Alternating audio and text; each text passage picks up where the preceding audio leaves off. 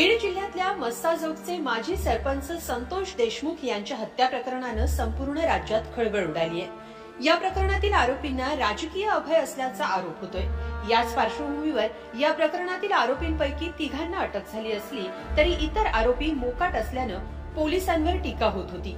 पण आता पोलिसांनी या प्रकरणातील चौथ्या आरोपीला अटक केली आहे। विष्णू साटे असं या आरोपीचं नाव आहे। याला स्थानिक गुन्हे शाखेच्या पोलिसांनी बीड जवळ पाठलाग करून अटक केली आहे। मस्साजोगचे सरपंच संतोष देशमुख यांच्या हत्येच्या अनुषंगाने आज आपण या गुन्ह्यातील प्रमुख आरोपी विष्णू साटे यांना बीड संभाजीनगर या हायवेवरती ताब्यात घेतलेला आहे। त्यांचा पाठलाग करून त्यांना ताब्यात घेतलेला आहे। आतापर्यंत या प्रकरणामध्ये 4 आरोपींना अटक करण्यात आलेली आहे।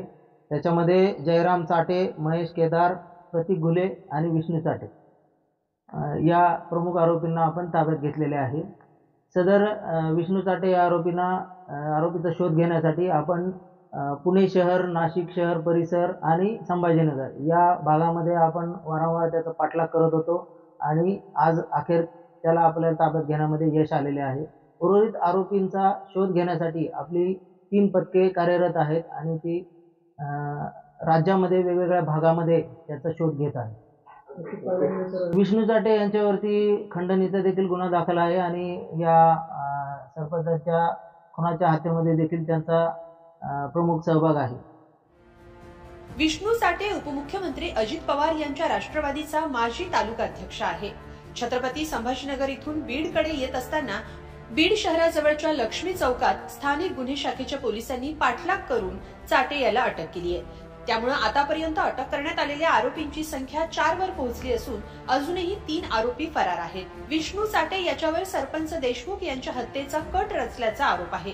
तसंच पवनचक्की कंपनीला खंडणी मागितल्या प्रकरणीही साटे याच्या विरोधात गुन्हा दाखल करण्यात आला होता। संतोष देशमुख यांची हत्या झाल्यानंतर पोलिसांनी विष्णू साटे याच्यासह इतर 6 जणांवर हत्येचा गुन्हा नोंदवला होता। तसंच पवनचक्की कंपनीच्या तक्रारीनंतर राष्ट्रवादीचे नेते आणि राज्याचे कॅबिनेट मंत्री धनंजय मुंडे यांचे अत्यंत निकटवर्तीय वाल्मिक कराड, विष्णू साटे आणि अन्य एका आरोपी विरोधात खंडणीचा गुन्हा दाखल केला होता। सदर खंडणी प्रकरण आणि हत्या प्रकरणाचा परस्पर संबंध असल्याचं उघड झालंय, कारण पवनचक्की कंपनीच्या कार्यालयाबाहेर झालेल्या वादातून संतोष देशमुख यांची सोमवारी दुपारी निर्घृण हत्या करण्यात आली होती। पवनचक्की कंपनी बाहेर झालेल्या मारहाणीचा राग मनात ठेवून आरोपींनी सरपंच देशमुख यांचं अपहरण करून खून केल्याचं सांगितलं जात आहे। दरम्यान सरपंच हत्या प्रकरणात 4 आरोपींना अटक करण्यात आली असली तरी अद्याप 3 आरोपी फरार आहेत। यामध्ये सुदर्शन घुले याचाही समावेश आहे। सुदर्शन घुले हा वाल्मिक कराड याच्या जवळचा व्यक्ती म्हणून ओळखला जातो। त्यामुळे इतर आरोपींना पोलीस कधी पकडतात ते पाहणं महत्त्वाचं ठरणार आहे।